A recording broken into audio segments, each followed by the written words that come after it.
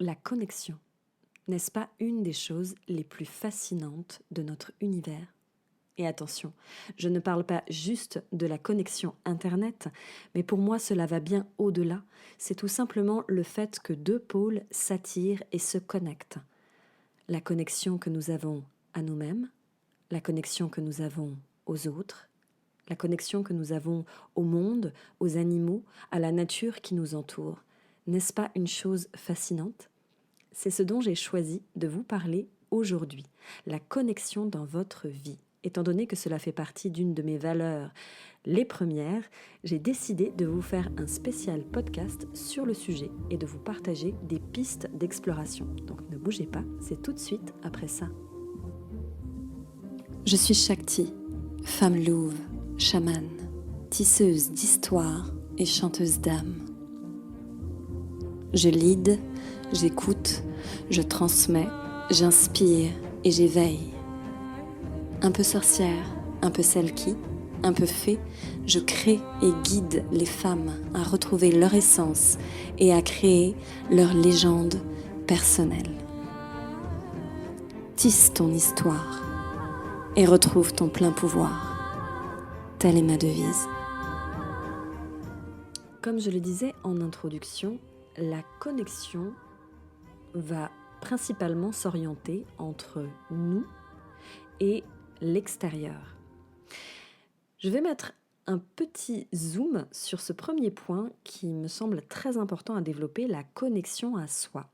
Quand je parle de connexion à soi, très souvent, je fais référence à 4 espaces, les 4 espaces sacrés de l'être, sur lesquels souvent on passe un petit peu à côté sans s'y attarder.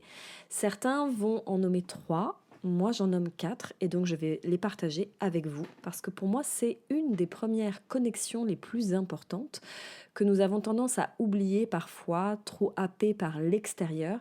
Et pour moi c'est la connexion, la première et la plus importante auquel il est important de s'y référer comme un espace sacré. Dans cet espace sacré, il y a tout d'abord la connexion la plus primaire, la connexion à notre corps avec notre chair. La deuxième espace de connexion, c'est la connexion avec notre esprit. Certains le nomment intellect, je le nomme esprit. Et on verra qu'il y a une quatrième dimension dont je parlerai, et certains l'appellent l'esprit, mais moi vraiment l'esprit, quand je parle d'esprit, c'est vraiment tout ce qui va se référer à l'intellect. Le troisième espace sacré, pour moi, c'est l'espace du cœur. Le cœur, quand je parle du cœur, je fais référence aux émotions, à tout ce qui nous traverse, tout ce que l'on ressent, tout ce qui vibre intensément à l'intérieur de nous et qui passe par le filtre de nos émotions. Des émotions qui peuvent être agréables ou désagréables, je dirais jamais positif ou négatif, puisque pour moi, il n'y a pas de négation dans des émotions qui sont désagréables, c'est juste qu'elles sont désagréables, mais elles ne sont pas forcément négatives, et ce dont je vous parlerai dans d'autres podcasts. Et enfin, le quatrième espace, c'est l'espace de l'âme. Donc certains le nomment esprit, moi je le nomme âme, et pour ceux qui ne sont pas vraiment ouverts, qui n'ont pas de pratique spirituelle, je dirais que c'est l'ouverture à l'univers, bien sûr l'ouverture à la spiritualité en fonction de vos croyances, mais c'est aussi notre ouverture et notre lien avec plus grand que soi. Et souvent j'aime bien parler de la nature, parce qu'il y a des personnes qui n'ont pas forcément de pratique spirituelle, mais qui ont cette connexion profonde à la nature, cette communion avec la nature. Et pour moi, c'est une manière d'être relié, d'être connecté avec la dimension de son âme.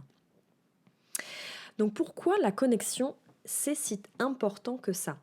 Alors, je vais repartir sur la connexion à soi, puis je vais vous donner aussi des pistes d'exploration concernant la connexion à soi qui, pour moi, me semble important. Euh, Ce temps pour moi de connexion à soi, c'est une boussole. Je le vois un petit peu comme une boussole, c'est-à-dire que ça nous indique un peu où nous nous situons, où nous mettons notre énergie, où il y a peut-être des manques, où il y a peut-être au contraire des espaces sacrés qui sont pleinement nourri. Et peut-être des fois, quand il y a des manques, ça, pour moi, c'est une information à ce que on doit peut-être nourrir cet espace sacré afin de revenir aussi un petit peu en connexion avec soi et de savoir aussi pour pouvoir se sentir bien, pour pouvoir après être en connexion avec les autres. C'est important d'être en bonne connexion avec soi-même. Alors, le premier espace sacré sur le corps, ça serait d'écouter son corps. Alors, écouter son corps, ça peut prendre différentes dimensions. C'est tout simplement écouter son sommeil. Est-ce que j'ai besoin, voilà, où en est mon sommeil? Par rapport à ça, d'ailleurs, j'ai fait, ou je vais faire, ça dépend à quel moment vous écouterez ce podcast, un podcast spécial sur mon expérience liée au sommeil que je vous invite à aller écouter. Et puis, ça peut être tout simplement aussi de prendre soin de soi, prendre soin de son espace de féminité ou de masculinité, mais tout du moins de soins esthétiques de son corps. Ça, c'est aussi un point qui est vraiment très très important. Et enfin, ça peut être tout simplement prendre soin tout simplement de son corps, d'écouter aussi la faim de son corps. Est-ce qu'on a besoin de nourriture? Est-ce qu'on a besoin de le nourrir? Voilà, c'est quelque chose qui est vraiment très très très important.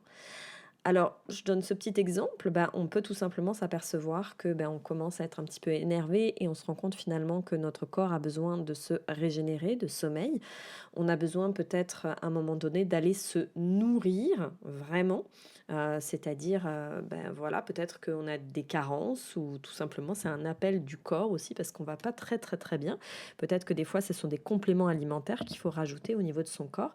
Et puis aussi, c'est le côté esthétique, c'est que peut-être qu'à un moment donné, vous l'avez mis à l'abandon. Et pour moi, c'est une dimension qui est très importante. La partie esthétique, alors souvent les gens disent que c'est un peu superficiel, mais pour moi, non, c'est vraiment aussi ce rapport que l'on a au beau. Et on a tous un rapport au beau qui est différent, à l'esthétisme. Et je trouve que c'est aussi très important d'être à l'aise aussi avec son image. Donc ça, c'est toute la partie écouter son corps. Deuxième partie, ça sera écouter la partie de l'esprit, comment on va aller nourrir son esprit. Alors pour moi, on peut le nourrir de différentes manières. Une des premières, bien sûr, moi c'est une de mes passions préférées, c'est la lecture. C'est-à-dire, je vais aller lire des choses qui vont aller nourrir mon esprit. Mais si on n'est pas très lecteur, ça peut être tout simplement d'amener du divertissement. Ça peut être d'aller voir un spectacle, ça peut être d'aller écouter un concert, ça peut être d'aller voir un beau film, une belle série, aller voir un tableau aussi qui va nous ravir l'esprit. Donc ça, c'est de l'ordre du divertissement. Et le divertissement, on en a besoin. Très souvent, on entend des personnes qui disent « Ah ben moi là, j'avais juste besoin de vider ma tête. » Dans ce cas-là, on va aller vers du divertissement, vers quelque chose qui va nous réoxygéner un petit peu la tête. C'est pas pour rien que j'ai appelé d'ailleurs une de mes chroniques sur mon site que vous pouvez aller voir qui s'appelle Les bouffées d'oxygène et dans lesquelles je partage justement des choses qui ont nourri mon esprit, que ce soit autant de la musique, des livres, mais aussi des films. Et enfin, la dernière chose, pour nourrir son esprit, beaucoup de gens pratiquent aussi le yoga, la méditation, et on va aussi s'inspirer de mantras, de paroles, de pensées agréables qui vont aller nourrir notre esprit. Donc ça, c'est une autre manière aussi d'aller nourrir son esprit. On parle souvent d'affirmation positive, d'autosuggestion. Donc c'est une manière pour moi de désencrasser un petit peu son esprit et d'arriver à contrôler un peu plus ses pensées ou tout du moins de donner à ses pensées quelque chose à manger. Donc ça passerait par ce point-là. Le troisième point, donc, c'est la partie du cœur. Donc, comment on va nourrir ses émotions. Alors ça, c'est une chose un peu particulière. Donc, comme je le disais, il y a des émotions qui sont agréables et des émotions désagréables. Donc, bien sûr, nourrir la partie du cœur, c'est tout simplement faire un arrêt sur image et observer qu'est-ce qui nous traverse le plus. Est-ce que ce sont des émotions agréables ou désagréables? Et quand on observe ça, tout simplement, ça va être d'aller nourrir notre cœur. Ça veut dire poser des actions, des petites choses qui vont faire qu'on va développer des pensées plutôt agréables. Et là, quand je dis ça, tout de suite, on imagine des choses très compliquées à faire. Et moi, j'ai envie de vous inviter tout simplement à une action assez importante, qui peut paraître comme ça un peu ridicule, mais qui est pour moi importante, c'est ralentir son rythme et tout simplement observer les choses qui sont à côté de nous et juste les observer et apprécier le moment présent. Ça veut dire peut-être observer la nature. Souvent, la nature nous amène aussi à ça. Ça peut être observer aussi un moment là qu'on est en train de partager, qui est agréable avec nos enfants, faire une sorte d'arrêt sur image et juste apprécier la chose. Donc c'est vraiment pour moi une posture aussi de gratitude, une posture aussi d'appréciation de la vie telle qu'elle est. Donc souvent, j'invite aussi les personnes à revenir dans l'instant présent. Parce que très souvent, quand on est connecté avec des émotions qui sont désagréables, alors des fois, il y a des choses, c'est dans l'immédiateté, on n'a pas pu avoir une incidence avant dessus, mais des fois, ça va être en lien avec un événement soit du passé, soit on imagine quelque chose qui va arriver dans le futur, et donc on se connecte à ça, et ça déclenche une émotion qui va être désagréable, parce que notre interprétation va imaginer le pire. Donc j'ai envie, pour la partie du cœur, de vous inviter à être plutôt dans cette posture de gratitude et surtout d'être en reconnexion avec où vous en êtes au niveau émotionnel et avec le moment présent. Et enfin, le dernier point, le dernier espace sacré, c'est l'espace de l'âme. Donc je parlais d'ailleurs juste avant de la notion de la gratitude. Je pense que ça aussi, c'est une chose qui est très importante à cultiver. Arriver à être dans la gratitude aussi de ce que la vie nous offre, du moment présent. Et donc tenir un journal de gratitude, ça va en même temps développer votre espace du cœur, parce que ça va développer des émotions qui vont être agréables. Et ça va aussi vous reconnecter avec une dimension qui est plus grande que soi. Voilà, tout simplement d'arriver à relativiser les choses et de faire que du coup vous allez aussi nourrir votre âme, parce que vous allez aussi être reconnaissant des choses de votre vie qui vous arrivent aussi dans votre vie. C'est aussi rentrer en connexion avec la nature, parce que ben voilà, c'est plus grand que soi aussi. Et il y a aussi des miracles et des beautés de la nature qui demandent aussi à ce qu'on s'y attarde.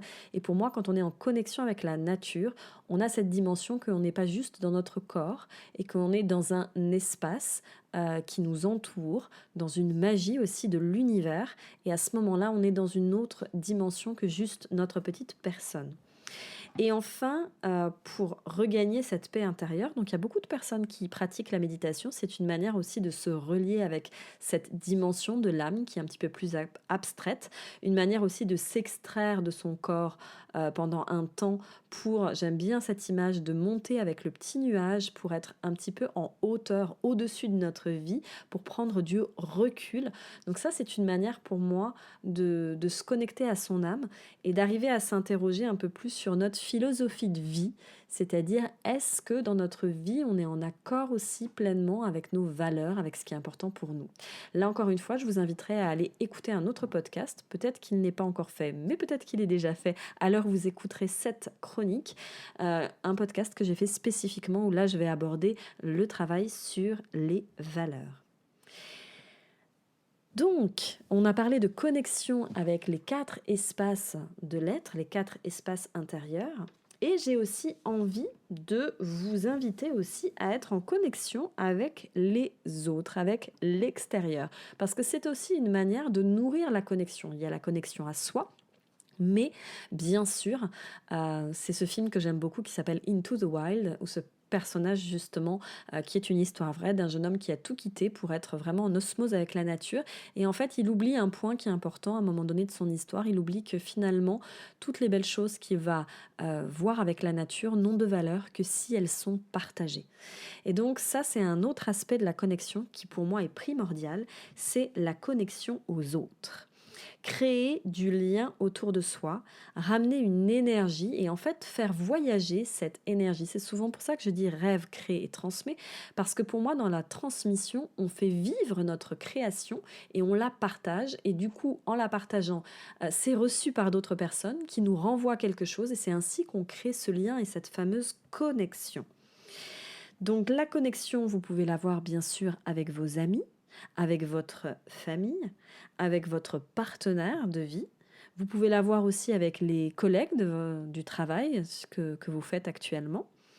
Mais ça peut être aussi des connexions avec des inconnus ou des vendeurs. Par exemple, quand vous rentrez dans un magasin, ben voilà, je ne sais pas vous si ça vous est déjà arrivé, mais moi ça m'est arrivé que des fois il y a une très belle connexion qui se passe avec un vendeur, un échange qui a été agréable, pas juste parce que lui il est content de m'avoir vendu quelque chose, mais tout simplement il y a eu un échange, il y a eu quelque chose d'agréable. Et puis des fois, je ne sais pas si ça vous arrive, moi ça m'arrive des fois d'échanger un sourire. Bon, là en période de confinement c'est un peu compliqué, mais parfois d'échanger juste un sourire avec une personne qu'on ne connaît pas, ou tout du moins il y a quelque chose qui se passe au niveau du regard.